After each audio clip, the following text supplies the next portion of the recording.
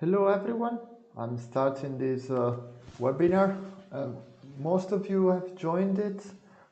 I just start with the introduction to the webinar and a few instructions and then we officially can talk about the safety valves. So thanks to you all for joining the webinar. This is Ruggero Poletto from the company CFD FEA SERVICE. Today we are going to talk about safety valves simulations using software such as the ones provided by CFD FEA SERVICE. In particular, we are going to run the CFD simulations using OpenFOAM, and everything is going to be automated thanks to what we call a simulation template. And the hardware resources we are using for to compute the CFD simulations are going to be taken from the cloud computing, cloud HPC that we offer. So let's start. I move to the presentation I'm going to make. First of all, another introduction about interaction with me. At any time during the presentation, you can post your message in the chat. You can find here on YouTube.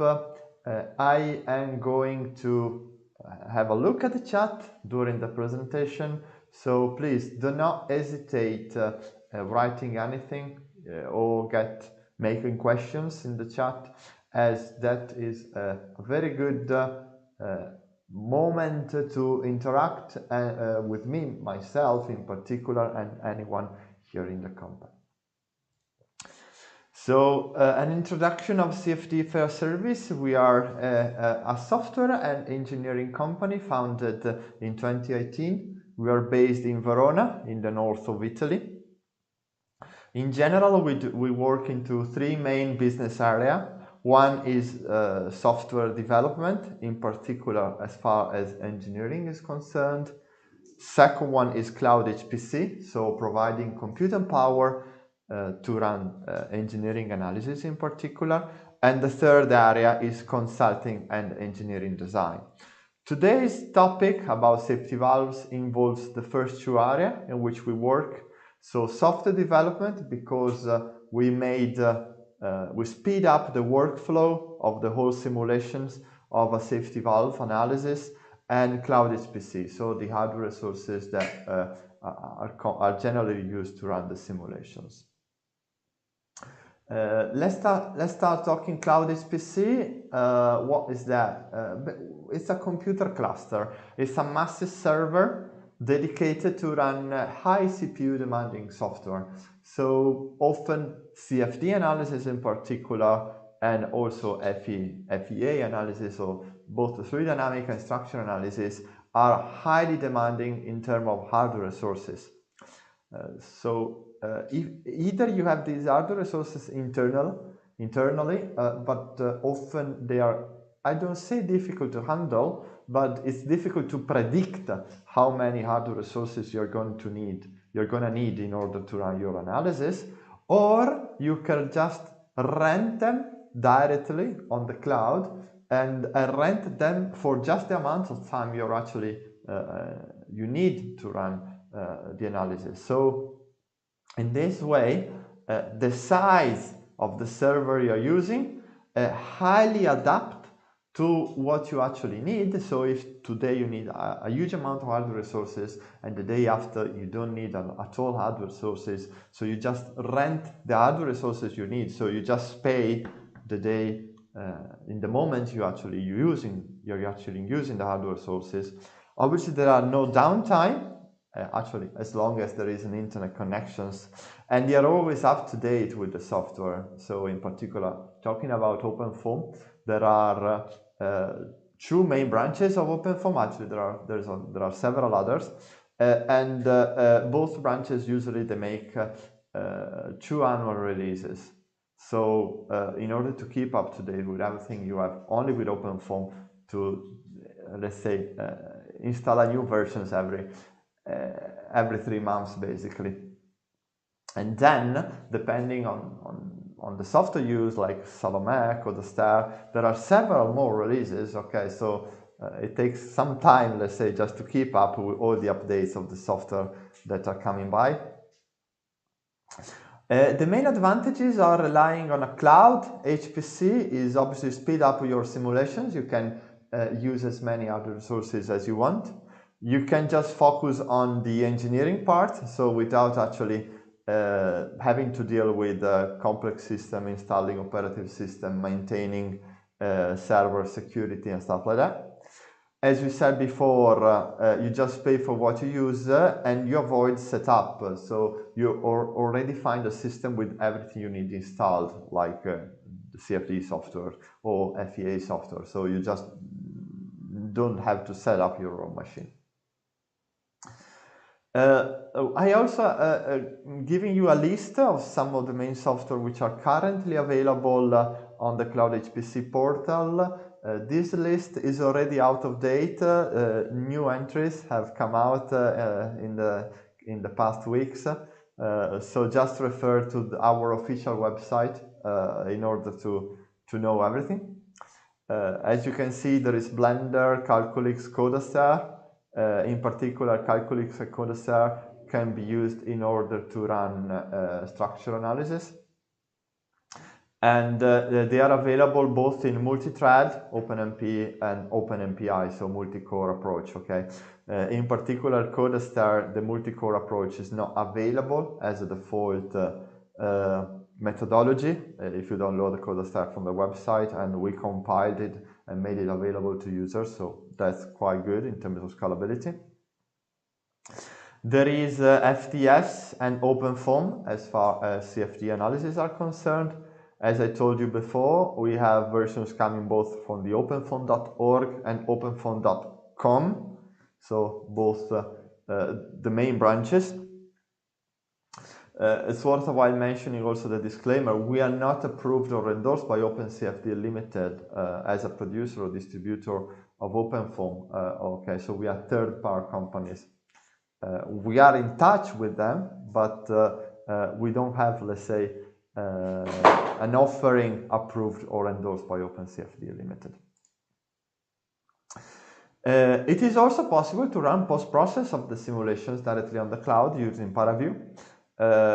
Recently, more and more often, people tend to increase, let's say, the size of the post-processing because they want to automate data extraction once the CFD analysis is completed, or they want to generate video, GIF file, or to calculate, let's say in general, post-process results, and ParaView is a very good tool to do that. Obviously, one of the main features of the Cloud HPC is scalability, and today we are going to deal with that. Scalability can be horizontal or vertical. Horizontal means that we can execute various simulations at the same time. So we can take advantage of several different servers, each of which runs one single simulations. But if we have several scenarios, we can allocate many servers at the same time. So we can, in the time we get results from one single scenarios, we can get results for 10, 20 different scenarios. And this is the case we're going to investigate today. And then there is obviously vertical scalability. It means that the bigger the case we want to run in terms of, for instance, of the mesh size, but also in terms of the modeling involved into our CFD simulation, we can get the results in a shorter time by increasing the hardware resources we are dedicating to this one single simulation. It's possible to do that using OpenMPI, so multi-core approach, or multi-thread approach as well. This depends a little bit not just on the hardware, which is able to use both approaches, but also on the software. OpenFOAM can just use multi-core approach, okay, so that is a little bit limiting, but that is a feature of OpenFOAM. In order to select the scalability, everything is, let's say, hidden under the RAM selection. Okay, we have 4 different types of RAMs: high CPU, standard, and high MEM, they allocate at the same time multi-thread and multi-core. Okay, so every time you select one of these three options, you get a multi-thread and multi-core virtual machine with an increased amount of RAM allocated per single job. If under RAM you select high core, instead you'll be using a multi-core only machine. You see, multi-thread is not going to work. And this gives you a predefined RAM allocation, so 2 GB of RAM per each single core, but it's a very efficient method to be used for OpenFOAM, as we're going to see today. It is possible at any time to interact with your running analysis in two different methodologies. One is the remote desktop. It's very, very popular. A lot of people do that also because in the remote desktop you can open ParaView and actually check the results of your running analysis. It is also possible to SSH connect into the instance where the simulation is running, even though, let's say, only advanced users are actually using this feature. Okay, most of the users just interact with the remote desktop. Well, a list of other features involves the API, which are quite common if you are in particular advanced users, and obviously the support. We have a live support. There is a chat inside the HPC feature, which is basically available from 9 to 6 European time, Central European time. And this is like a good support, a good help you can get for your analysis in case you're having troubles running your OpenFOAM case or you're having troubles in getting a good scalability. So let's enter the safety valve simulation. I'm going to show you what a safety valve, what I mean actually by safety valve, and then we're gonna see how it is possible to simulate that easily using our template and using our cloud HPC tool. So this is a safety valve. I just removed the section. Okay. 1 second. All right. Safety valve is an instrument which allows to control the pressure inside a vessel, inside the tank, inside the box. Okay. Basically, there is an inlet of the safety valve, which is this bottom part. And in here, you can imagine the vessel, the tank, attached to the safety valve here at the bottom. And there are outlets, these holes placed on the sides of the safety valve. In general, there is a shutter, which is this part of the safety valve. This shutter is pressed against this edge thanks to a spring placed on top of the safety valve. Okay, if the pressure inside the vessel, inside the tank here at the bottom increases, it means that the force on the shutter gets bigger and bigger. At some point, the spring is not more able to provide a force to, let's say, is not able to provide a force opposite to the pressure inside of the tank. This means that the shutter is going to open a little bit, and so some air, some flow is going to come out from the inside. This will suddenly decrease the pressure inside of the tank because actually some air is going down, it's going out, and this allows us to control the pressure inside of the tank. If you are designing this tool, obviously you want to know what is the compression module you want to assign to this spring in order to interact with the pressure inside of the tank. Okay, so if you want to design this spring, you want actually to know what is obviously you know the pressure, but you want to know the force which is generated from the inside tank at various levels of opening of the shutter. So if you increase the gap between the edge of the safety valve and the shutter. You want to know what is actually the force which is generated by the inside tank, the inside air pressure on the shutter, and that force must be balanced by the spring force which tends to close the shutter. Well, I hope I made it clear on how a safety valve works, and well, basically the tool we generated is able to calculate the force generated by the inside pressure on the shutter, okay, at various level of gap between this edge here at the bottom and the shutter itself. So what we need to provide is just one single geometry of the safety valves, and then we tell, let's say, the script, the automated workflow, what are the gaps we want to simulate. And with these gaps, the software automatically generates the geometry with the gaps. After that, generates the mesh, and eventually it's going to also to run the CFD analysis. And to us, we are being returned just obviously every CFD results of the analysis, but also an Excel, a spreadsheet, which provides the important information to us, so the force generated by the inside air pressure on the shutter. Okay, so that is the key parameter we are now investigating on. Okay, so this force on the shutter.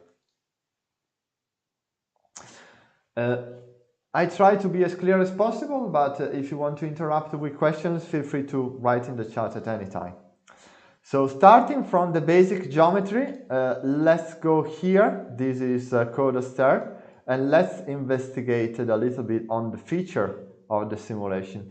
Obviously, since this is a CFD simulation, in order to reduce the computational domain, we just inserted here in pink, in purple, the symmetry planes. Okay, so we're not going to simulate all of the safety valve, but just a quarter of the safety valves. Okay, this reduces a lot the computational times.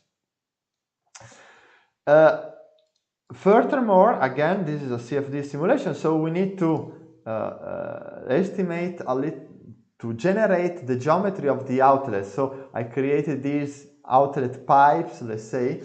They are not present in a real world, but they are just useful for our simulation to detect the outflows of the domain. So we have these two outlet pipes, and in red here and here the outlet surfaces. Instead, here at the bottom I have the inlet surface here at the center in green. All right. So in these green surfaces we are applying the internal tank pressure we want to analyze, and on the red surfaces we are going to apply just an ambient pressure, so 1 bar pressure. Again, it's important to identify, let's say, obviously the walls, but in blue I identify the shutter, which is the part of the domain of the geometry which is actually moving, which we want to simulate at various stages, a different height, okay, in particular height referring relative to the unmoved wall of the safety valve. Okay, so starting from this, we have to extract STL files, because everything is run using OpenFOAM. Okay, so we need to generate STL file in order to compute the mesh using SnappyX mesh. So we generate STL file for the wall, for the shutter, for the symmetry walls, for the outlet, and for the inlet surfaces. Okay, so I just highlight the walls we have to export from Salome, export in STL. Okay, and I just save into a precise folder. I actually have already done that, okay, in previously, so I'm not gonna repeat that, but it's just press save in this STL file extraction. And then once we have done that, basically the geometry setup is complete. We just enter the template. Currently we haven't developed a user interface yet. We are doing it right now. Okay, so that will make the simulation even easier to handle than it is at the current moment. The whole setup of the simulation is made through an XML file. Sorry for the Italian, but basically in this XML file we just specify how many cores we want to use on the cloud. In here we just define the gap we want to simulate. So we start with an initial gap of 0.0005 meters. Okay, so it's 0.5 millimeters, so a very small gap. And the final gap is 0.005 meters, so 5 millimeters. And between the initial and the final gap, we want to simulate 3 steps. And the gap is going to be aligned with the y-axis, so we are moving upwards. If you see that the y-axis is vertical in this configuration, so we are moving the shutter here in blue vertically towards the top. Okay. So this defines the geometry, and then in this part we define the CFD parameters. So in inlet temperature, inlet pressure, and outlet pressure. This is just the 3 main parameters we had to identify. So inlet temperature, inlet pressure, it means the data of the air inside of the tank, and outlet pressure is just the ambient temperature outside, okay, which is somehow balancing the inlet temperature, the inlet pressure. All the other parameters, they just refer more to the turbulence or the gas properties. We have the inlet diameter.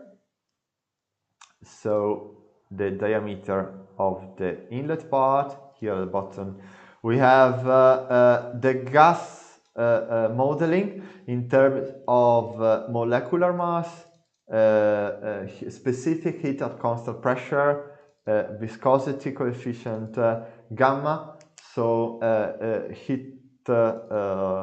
specific heat ratio.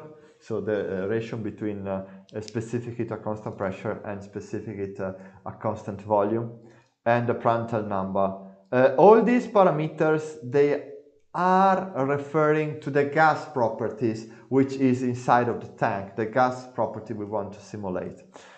So the default data refers to the air, standard air, but it is possible to simulate methane or nitrogen or other type of gases, okay, as long as we can provide these physical quantities. And instead the parameters here are more referring to the turbulence, so turbulent kinetic energy, omega, epsilon, nu t, nu tilde. It's important to set up this parameter, yes, but the main result of modifying this parameter is the number of iterations required to the system to get to the results, to get to a converged solution. The actual value of the converged solution is not going to be highly affected by the number we set here. Okay, so I'm not going through these parameters. If you are curious and wanted to know more about them, well, you can get in touch with me via email. And then obviously more, let's say, CFD parameters. So the number of the frequency we want to use in order to write the results. So every 200 iterations we write a result file, and the total number of iterations we want to run. Obviously we can modify any of these data just before running the analysis. Here below we have data about the meshing. They are a little bit more complex, but I'm not going to go through them in this moment because they also refer to the SnappyX mesh algorithm. So in case you want to get a trial and actually use this tool, you can get in touch with me, and obviously I'm going to arrange also a training about using this simulation template. So now that we are happy with the data, so we placed inside of the STL folder or the STL file, and we set up the parameters in here. Well, we just double click this Windows script, and we just press to run it on the cloud. So this is actually going to create, execute the whole simulations on the cluster, on the cloud HPC, and this is going to create a cluster dedicated just to execute these analyses. The cluster is going to be made, just having a look at the logic. Basically, we have to run 4 simulations altogether, okay? Because we have initial step, so the initial gap between the shutter and the safety valve is 0.5 millimeters. We have a final step of 5 millimeters opening, and we have 3 steps in between. So altogether there are 3 steps plus the initial one. So four simulations. So the cluster is going, which is going to be allocated, is made of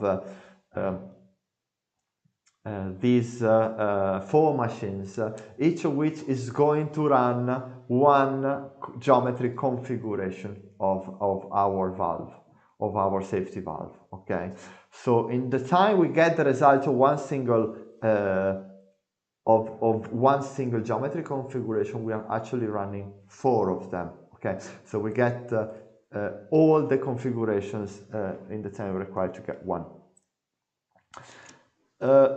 Yeah, so how does that work? Well, I just need to enter the cloud. So our HPC service is available at cloud.cfdfairservice.it. And in here, you see, this is the valve flow analysis, which has just been executed by me. Okay, so just by launching the safety valve, I just executed this first machine. This is, let's say, the master node of our cluster, the one where the system is going to generate the input file for the geometries, and the one where the basic post-processing activity are going to run. Every master node, but exactly the same happen also to the child node, is going to be a virtual machine completely dedicated to do that part, that job, let's say.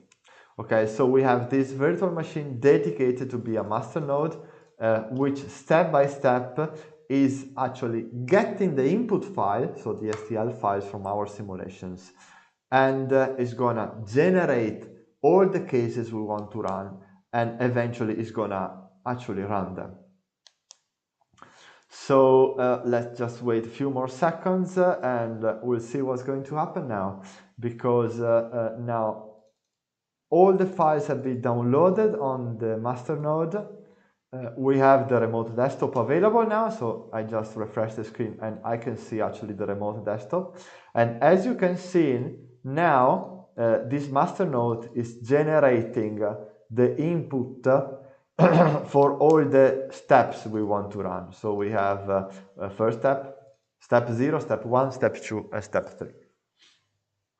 This is actually modifying the shutter position, okay, in order to execute the analysis, and actually generating the input file for SnappyXMesh and later for the CFD analysis. Now that all the input files have been generated, you can see we're actually launching the simulation. So if I go under simulations in here, you can see I have one more analysis, which is now in pending. It means has just been submitted to the system. And this is the first step, the first gap, which is going to be analyzed. There is some time between the execution of a gap and the other, but in a couple of minutes, all the gaps are gonna be executed for the simulation to run. In the meantime, you see this is a child node, and this is actually independent, let's say, from some point of view, from the master, and this is going to just simulate this one single gap, so the gap of 0.5 millimeters. I just want to wait for the second gap to be executed. You see now the master node has decided it's a good moment to execute the second gap. So if I go here, now I can see the second gap is under simulation. So step by step, automatically the master node is gonna execute the mesh, is gonna generate all the meshes, and then it's gonna generate all the CFD analysis, and eventually it's gonna extract the results.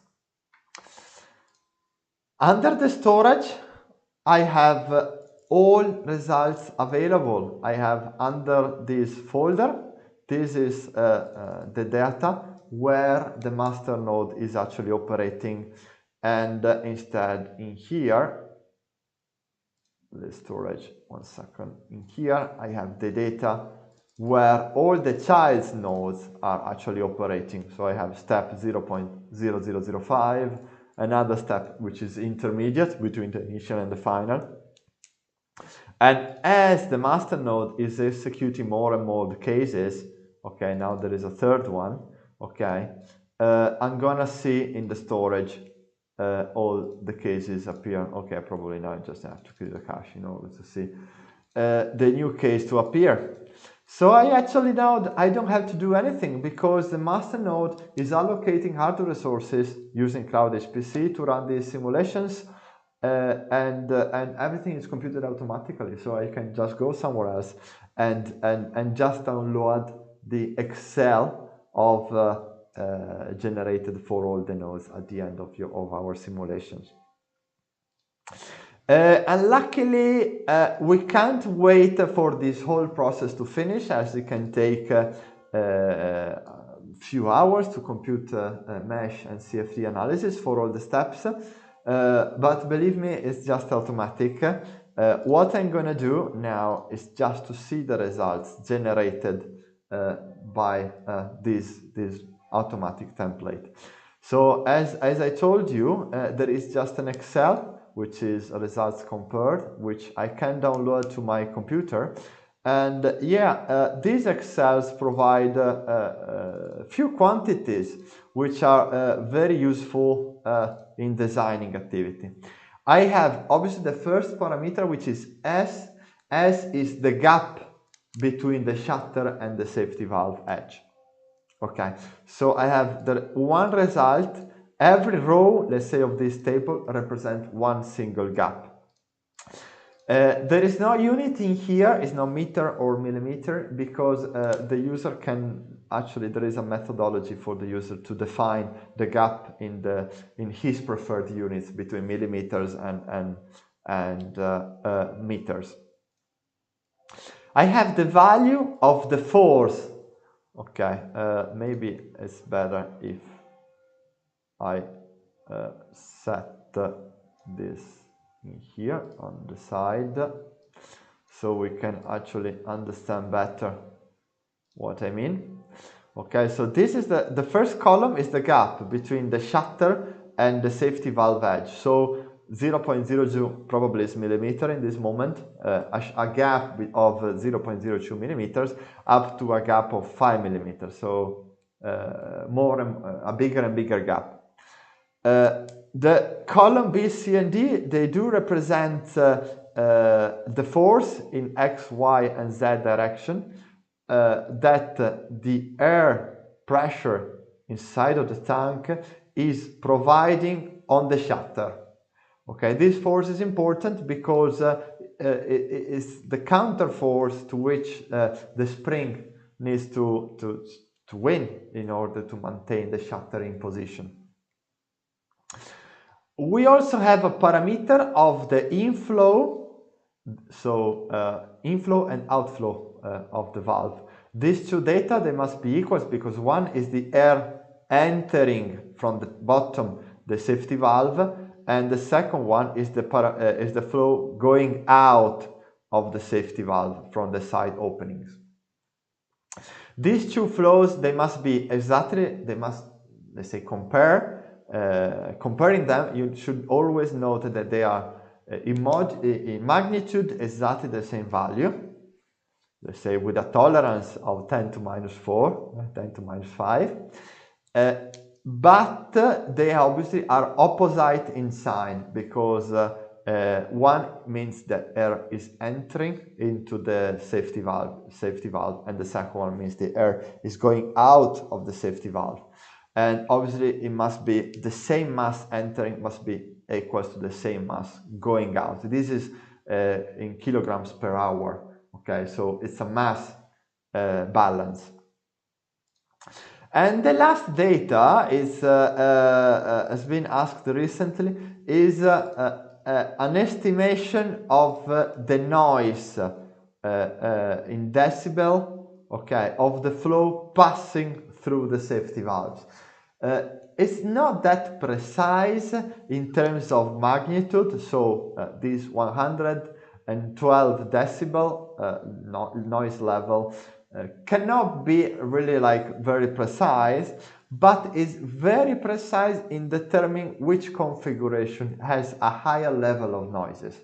Okay, so in here the biggest gap has a higher level of noises compared to all the other gaps. We can work on reduce or creating some fillets or modifying the geometry in order to reduce the noise using this tool as well. As I told you, we are now giving like this is OpenFOAM feature, okay? OpenFOAM probably, according to our experience, is not really very precise, incredibly accurate in determining what's the actual noise level in terms of decibel, but is very precise in understanding which configuration is more noisy. So if you do a comparative analysis, that's a very good way to use this number over here. So as you can see, it's a very simple results provided by this tool, and as you can see, master node has executed all 4 steps, which are now probably in a running mode. Okay, as you can see, this is actually in this moment is generating a mesh. I can actually monitor the size of the mesh. This is 10 million cells mesh, so it's already quite big. It's not being completed yet, so probably the final mesh can be 20-30 million cells. Okay, thanks to the cloud HPC, I can simulate all these scenarios at one time using on-demand hardware resources. So I'm just allocating a lot of hardware resources to compute all these steps, and once the simulation is over, everything is going to be let's say cancelled, it's going to be closed, it's going to be stopped, and eventually we're just going to get the ParaView files to visualize the results for all the steps in ParaView if you want, but I think it's more relevant to get these let's say easy to use Excel file, which probably can give us informations about let's say general informations about the steps we simulated. And then if you want to investigate more into the details of one single analysis, like in here, we want to investigate the noise on the last step, well, we just download, we can just open with ParaView the results of this very last simulation. So that's it really in terms of the simulation. I just give an idea of the pricing of the cloud HPC. Well, these are proportional, always proportional to the number of virtual CPU and the number of hours you are using that. Let's say the lowest fare, the lowest rate is 0.05 euro per virtual CPU hours. It's a standard rate we provide for a core only machine What is good in particular in this period is that given the power costs, which are becoming higher, more and more high, we are still able to guarantee the same type of prices, okay, as we used to do last year. Okay, so far prices have not been touched, and there are no plans to modify our pricing scheme, at least in the coming year, so in 2023. So it's become more and more convenient to use Cloud HPC also because of this. A question has arrived by Oleski. Thanks for the question. The question is mesh adapting in this case? Well, the reply to this question is currently no. We are generating one single mesh per every case of shutter opening. So mesh is not adapting, so there are no elements which are stretched as we are increasing the opening of the shutter, okay, but they are just two different meshes. In the beginning, when we developed the template, we took this adapting option into consideration, but we noticed that by generating separate meshes, we are getting a higher quality mesh, okay, compared to stretching elements. So we decided to follow this path. Actually, just thinking also about that, it could be that you are meaning also that the mesh is adapting, it is using the results in order to decide in which zone to apply a higher level of refinement or to reduce the refinement level. So to reduce the cell size or to increase the cell size. Currently this feature is not available, but it's one of the features we are actually working on, because this helps a lot into also reducing in general the computational time, the computational effort, the computational size actually of the simulation, so the computational effort which needs to be made in order to get the results.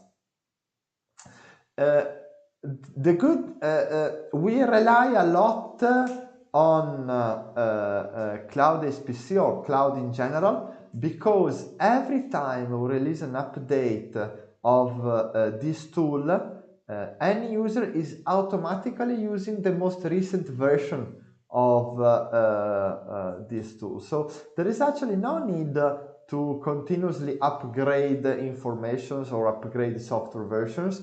That is automatically made because everything is on the cloud. So when this mesh adapting option, let's say, is going to be available, that is going to be available to everyone. Another question: how many resources needs to simulate wind turbine in flow case?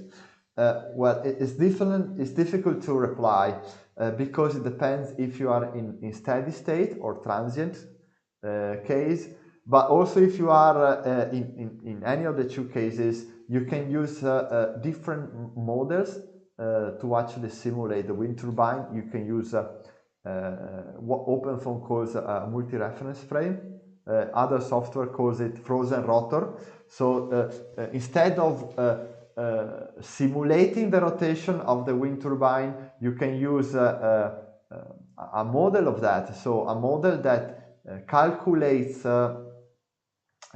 centrifugal and Coriolis accelerations and forces and insert that into a specific zone of your domain, or you can actually resolve the rotating schemes. And so have a transient analysis, usually that is the case, in which you are actually rotating your domain, and this allows the CFD, OpenFOAM in particular, but any CFD analysis, to actually compute the analysis, compute the rotations by resolving it. Well, depending on the two cases, usually like a steady state case with a multi-reference frame, so with a modeled rotating method is usually a smaller case. It can use, I don't know, just to give you a hint, it can be a 48 core machine used for 6 hours, 5 hours, 3 hours, and in this case you can simulate 10 million cells. Or if you have a transient case, that is going to be quite bigger. So again, on a 48 core machine, it can last sorry, it can last 24 hours, 36 hours in order to simulate, to get also a good time average of your simulation. Again, on a 10 million cells simulation. Obviously, it depends a lot on the mesh size and on the modeling you are using in order to simulate this particular rotating machine, like a wind turbine. I hope this replies to your question. Often I suggest people to register to the platform because in the beginning, probably I have a slide about that later. In the beginning, 300 CPU hours are given for free. And you can use these 3 allowance in order to get an idea of one of your specific cases, in order to get an idea on how long the simulation time can be. To register, just enter the cloudhpc.cloud website and there is a sign up button.